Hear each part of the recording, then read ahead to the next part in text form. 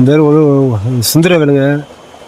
சொந்த ஒரு உருவச்சேரி விவசாயம் பண்ணிட்டுருக்கோம். 2 ஏக்கர் விவசாயம் பண்ணிட்டுருக்கோம். டீசல் இருக்குது இறச்சிட்டு இருந்தோம்.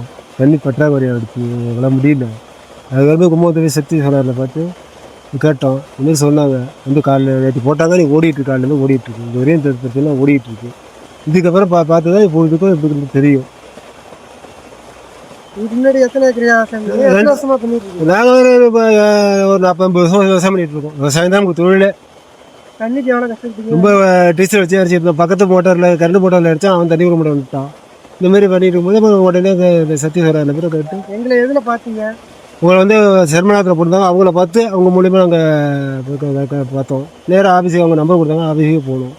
போய் பார்த்தோமே ஓனரை பார்த்தோம், சொன்னார்ல சரிட்டு இப்போ பண்ணி போட வந்துட்டோம். நாங்கள் வேலை பார்த்து தண்ணி வேலை பார்த்தாலும் கடையில் வந்தால் காலையில் வந்தாங்க, ஒரு 10 மணிக்கெல்லாம் வந்தாங்க.